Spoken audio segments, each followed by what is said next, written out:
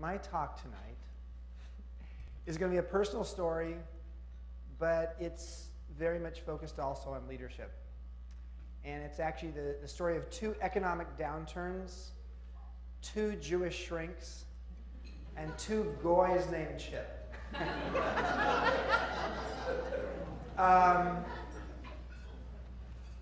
Now, for some of you, I'm going to go pretty deep. And after dinner and some wine, some of you may say, oh, that was too much. But here's the good news. I'm only going to be talking for 20, 30 minutes. And then we're going to open it up for a conversation. And I'm excited about that. And the conversation is going to really focus on how do we as leaders use our emotions as our allies rather than our enemies. You know, we've heard the expression, our emotions got the best of us, as if there's some evil twin lurking inside of us, ready to take over at any moment. But what if our emotions actually represented the best in us? So I'm going to take you through a little story. I'm going to move my chair out just a little bit so I can see, make sure we're in the right place. So let's start with, there we go. That man. That man. I love that man. Abraham Maslow. I took one psychology class in college, but the one guy I remember from my one psychology class in college was Abe Maslow. So as Deb said, I started Joie 25 years ago. I called it Joie, very impractical name for a company. It's hard to spell, hard to pronounce. Most people in the US don't know what it means. It's joy of life. There are very few companies in the world whose mission statement is create joy, which is what this says on it. There are very few companies in the world whose mission statement is also the name of the company. And I like that at age 26. We're in the business of creating joy, creating opportunities to celebrate the joy of life. So, started the company, grew it. We went into 2001. We were the largest hotelier in the Bay Area. Joie was. We had 20 hotels around the Bay Area. And frankly, in the prior 5 or 6 years, that was a big thing. You know, the dot-com boom was in full flourish. And we thought we could do no wrong. And then 2001 came around, and the dot-com bust came along, 9/11 came along, SARS came along, recession, Afghani war, then the Iraqi war, and then the Iraqi war was not just a war with us in Iraq. We went to war with the French. You remember that, right? Right? We stopped eating something in the U.S. Well, we'll never stop eating that. We'll never stop eating French fries. But we called it something different. And that's when I realized I should never have called my company Joie, because I started getting emails from Danville and Orange County and Alabama and all kinds of weird places. And they'd say, we're boycotting you, Joie de Vivre, and you know, I was wondering back to, well, you probably never stay in my hotels anyway. So, but you know, I wrote it back and I said, wait a minute, we're an American company, we're based in San Francisco, and they would write back quite tersely, San Francisco, question mark? Oh, that's worse. San Francisco's left of Paris. So during that time, that economic downturn that many in the room experienced, I got reacquainted with Abe Maslow. I went to the local bookstore looking for a business book. Within 5 minutes, I realized I need much more than a business book. I ended up in the self-help section, and that's where I got reacquainted with Abe Maslow's books. And sat there for 4 hours on the floor of Borders Bookstore in New Square that's no longer there in San Francisco. And spent the next couple of months just diving deep into Maslow. And we used Abraham Maslow's hierarchy of needs and really reinterpreted Maslow's hierarchy of needs into a business model that worked for us. What I was so lucky about was that his family gave me his diaries for the last 10 years of his life. And he was writing in the last 10 years of his life. He died at age 62, unfortunately. And he died, in his last few years of his life, he was talking about how to use that model, the hierarchy of needs, for the collective, not just for the individual. Well, that was the last downturn. And again, Eric and I were like laughing, so I was like, you know, 2 once-in-a-lifetime downturns in the same decade. We're so lucky. This downturn that we're in right now, that we're still in, sort of coming out of 4 years into it though, I didn't feel like the gladiator. You know, I didn't feel like, the guy who was going to get my team pumped up. We did Maslow help desk. I learned that psychology is the friend of business. We tripled in size during the worst of times. But this time, I was struggling. I was struggling on a personal level. We were struggling on a corporate level. We were launching 15 hotels between January of 2007 and September of 2008. It was the worst of timing to launch 15 hotels. And so I started reading this guy, Viktor Frankl. Is that a champagne? Every time I think of Viktor Frankl, champagne just goes. No, I mean, actually, Man's Search for Meaning is no, you don't drink champagne with reading that book. How many of you have read Man's Search for Meaning? Oh, yeah, it's a smart group. So, for those of you who haven't, Viktor Frankl, 1930s psychologist from Vienna, had a basic philosophy and belief that what keeps us fueled in life is our sense of meaning. Now, I read him before, but I had never read him with the invisible handcuffs that I felt in 2008, almost exactly 4 years ago, where I felt like I didn't want to be doing what I was doing anymore. I felt like a prisoner. And so I started reading Man's Search for Meaning again, and I read it from a different perspective, from that place of, well, first of all, if you're having a bad day, read the book. Your day's not so bad. You're not in a concentration camp. He was a guy who believed in meaning as being the fuel of life, and then, as if God has a sense of humor, he ended up in a concentration camp. Not a sense of humor, but just a test. And he was able to test his theory of meaning in the worst of conditions. In fact, it's a great, I have two quotes I'm going to give you today. Neither of them is my quote. There are two other smart people. Viktor Frankl said the following, and I just put this on my mirror, because I had a lot of bad days that year. I'll tell you about it in a second. He said, between stimulus and response, there is a space. In that space is our power to choose our response. In our response lies our growth and our freedom. Listen. Yeah, exactly. Give a hand to Viktor Frankl. Between stimulus and response, we have circumstances that happen in our life, and we can react to them, or we can create a space and respond. And a man who went through a concentration camp is a teacher for me. So I was learning this and reading it and needing it because I was struggling 4 years ago. I had a long-term relationship that was about to end, romantic relationship, not by my choice. I had a son going to prison. He was my foster son who was wrongfully going to prison. Went to San Quentin. Was in San Quentin for 8 months until a federal judge let him out. Racially based reasons for being in prison. Oops, I was not supposed to be there. I was running out of cash. We had over 3,000 employees, and I could see 4 months from now we were out of cash. I didn't want to be CEO anymore. No one cries for a CEO, of course, no one should.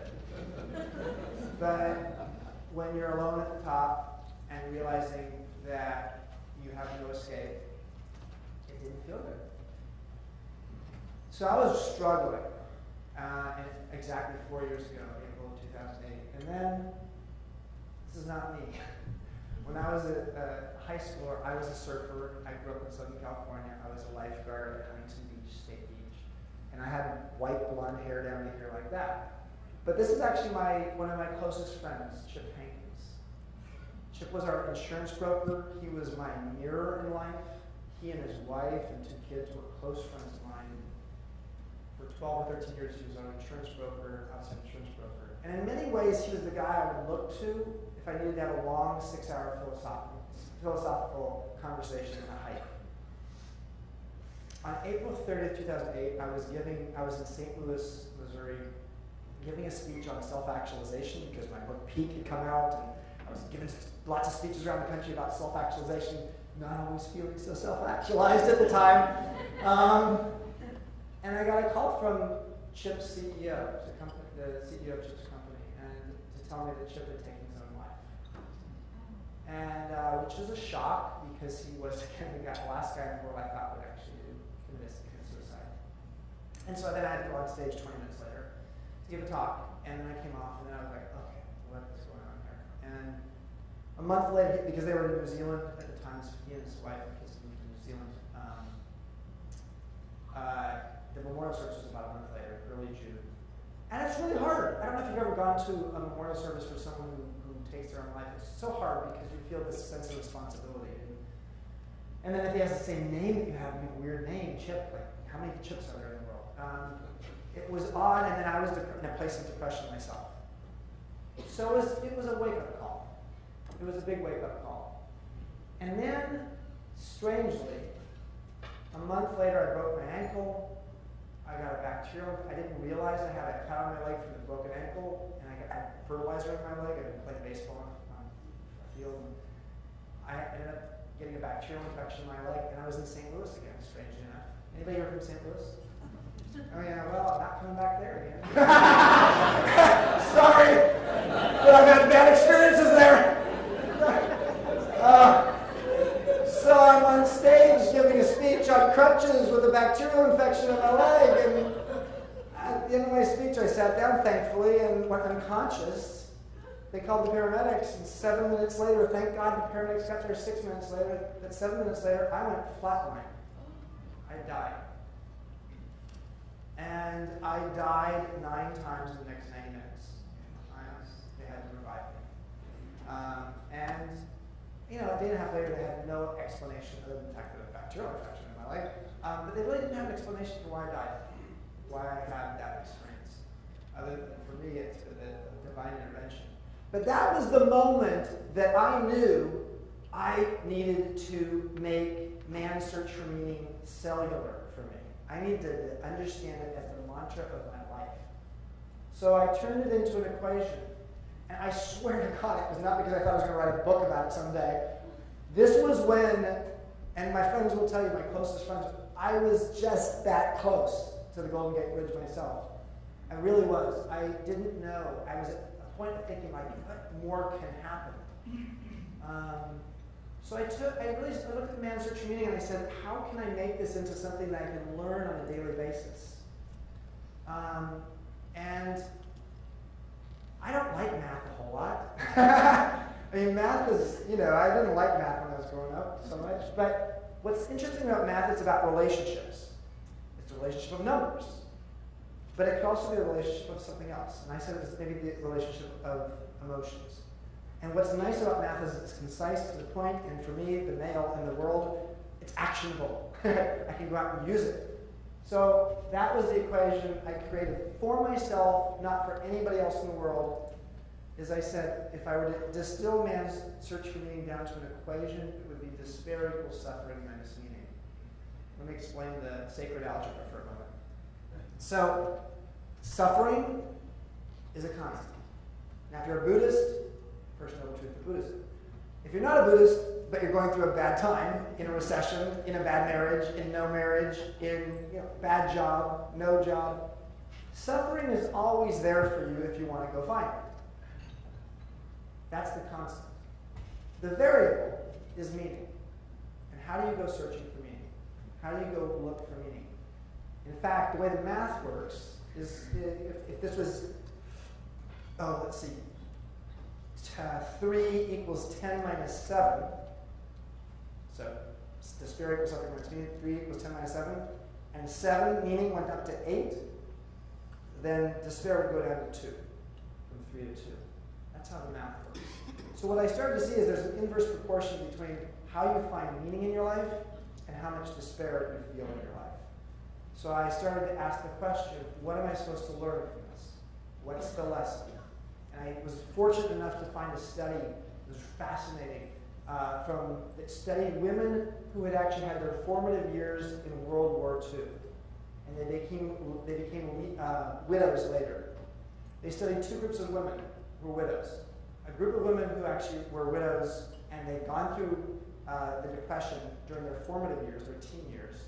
And another set of women who had not even close to that time. And what they found is that the women who went through the Depression, that emotional boot camp of a depression, had created some emotional muscles around being self-reliant, resilient, independent, and courageous that served them later in life when they became a widow. Now, I was no widow, but I was definitely in a place in my life where I started to ask myself, in my emotional boot camp, what emotional muscles am I experiencing? And once a week, I would do an emotional muscle inventory and say, what did I learn this week? What were my lessons? What was the wisdom I have? And what am I becoming as a result of it? We have a tendency with our work to ask ourselves, what am I getting from it? And the question I asked myself during that very difficult time because of this equation was, what am I becoming as a result of my work? Now, things got a little bit better. Now, I'm not saying the economy got a lot worse, frankly, but I had my flatline experience in August of 2008. September of 2008 was the last of the 15 hotels we were opening, and the world was looking bleak. November of 2008, we had our annual management retreat for our top 80 executives in the company, 35 general managers of hotels and a bunch of other executives. It was in Santa Cruz, California. We had this beautiful view of the beach.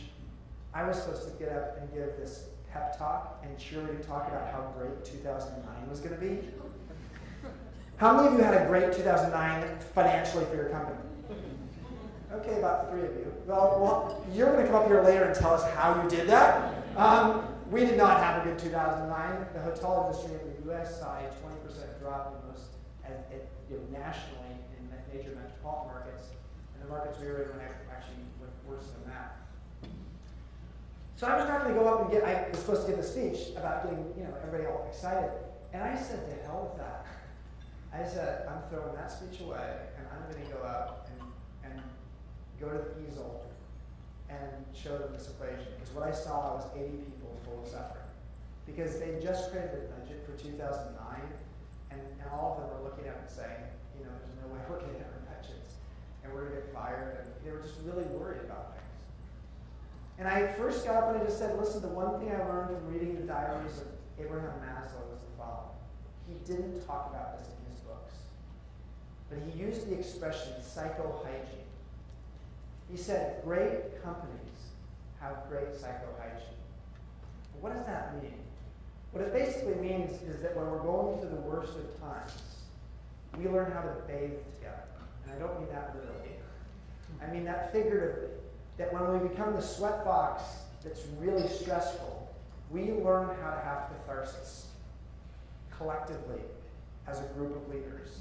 And if we can do that and show our vulnerability and our authenticity and be able to experience that together, we're stronger as a result. And we've been hygienic and we've cleaned ourselves off. So we had an hour talk about this, and there were a lot of tears. And it really sank home with people. After I gave the talk, so 3 different men came up. The men seemed to like the equation thing. 3 different men came up to me and individually said, the first one said, do you have an equation for jealousy?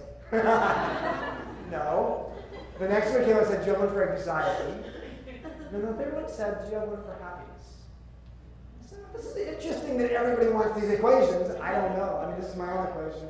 So I decided while I was figuring out what to do with my company, and ultimately, 2 years later, I sold a majority interest to a guy named John Pritzker, whose father started Hyatt. But I decided I wanted to go spend 2 years of a deep dive talking to the world's greatest psychologists and social sciences and understanding emotions. Because frankly, in the last 4 years, I've had 6 friends commit suicide. 6 friends, business colleagues, or people I went to college or business school. All of them men. All of them in their 40s except for one guy who's 51. 4 of the 6 of them entrepreneurs. Many of them because they couldn't make sense of their emotions. So I wanted to understand emotions a little better. So I started by learning a little bit about the color wheel. Do you know who created the color wheel? Isaac Newton. I had no idea. Red plus blue equals purple. See, everybody does it. We're the colorblind in the world. It's not green, it's purple. But yes, purple. Red plus blue equals purple. So, interestingly enough, 30 years ago, there's this guy, Dr. Robert Plutchik.